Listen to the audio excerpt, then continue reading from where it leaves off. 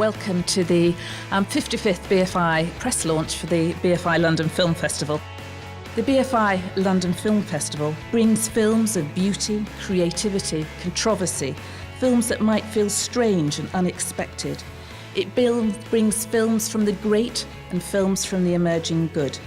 Many of these films we wouldn't get to see in this country otherwise. I think one of the things that's important to remember about London is that we're not a thematic festival and we don't programme along themes. And really the idea of the festival and the purpose of the programme, if you like, is to provide a snapshot of the best of world cinema at the sort of given moment that we come to the festival.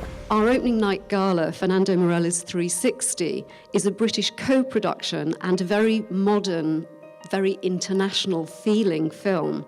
There was a sort of financial crisis, and one bank after another and one country after another were falling apart. And then there was also swine flu and a contagion spreading around the world. And I thought, wow, we're all very connected, interconnected. And so I used this as a springboard to write a story about interconnected relationships. Lara! Hey. Hey, oh, sorry. Hey. Hi. How you doing, all right? You okay? I was worried about you. I'm fine. Yeah? Sore head. Hangover? A little bit. Yeah? Sorry about last night. Ah, that's no problem. I got your note, thanks. Nice note. Good. And so did you have fun? I'm not sure. Oh. I think I must have fallen asleep. Oh, I know all about that stuff. Yeah. This is the first time that I would have had a film opening at the festival, and it feels extra special. And also I think because the festival, as someone who lives in London, it feels like it's gone to a different level in the last few years in terms of profile, in terms of status, and in terms of the way that the industry perceives it and also the public in London. We also try to be very broad in terms of the sorts of cinema that we look at. So as you go through the programme, you'll see that there will be premieres of big new films that everyone's heard about, talking about, wanting to see. But then there'll also be a whole wealth of, films that are more under the radar. Shoulder with the part, tangerine under your arms. Yeah. Okay? And push. Push. I'm pushing you on. They sent me the script. I liked the script, but I was very busy at the time doing a thing with David Morrissey. And Tin sent me some DVDs of a BAFTA-winning short that she'd made. And I watched the short and I was blown away by Tinge's work. It's a London film. And I'm very proud that it's in the London Film Festival. I was travelling on the London Underground and I found a copy of the Sun newspaper and I was looking through it and saw this headline, which was "Woman Lays Dead for 3 years, Skeleton of Joyce Found with Telly Still On."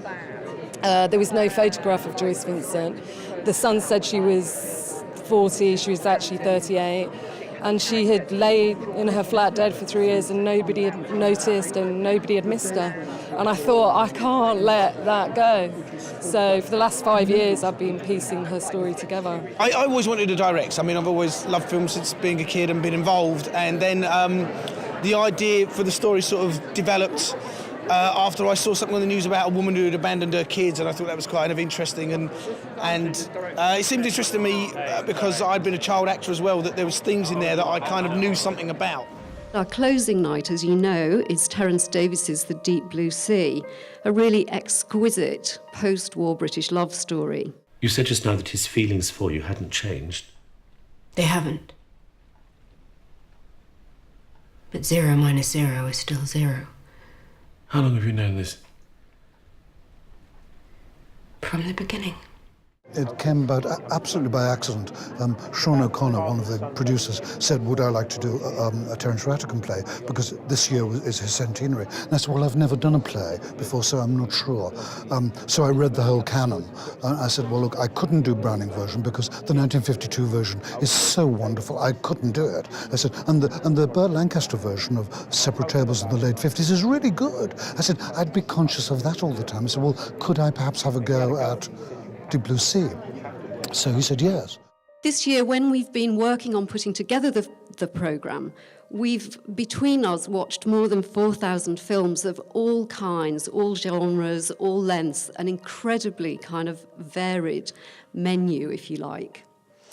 And out of that, in our final selection, what we've tried to do is present a broad programme of what we feel are the best and most significant from what we've seen. Thank you all very much for coming, and we will look forward to seeing you again in October. Thank you.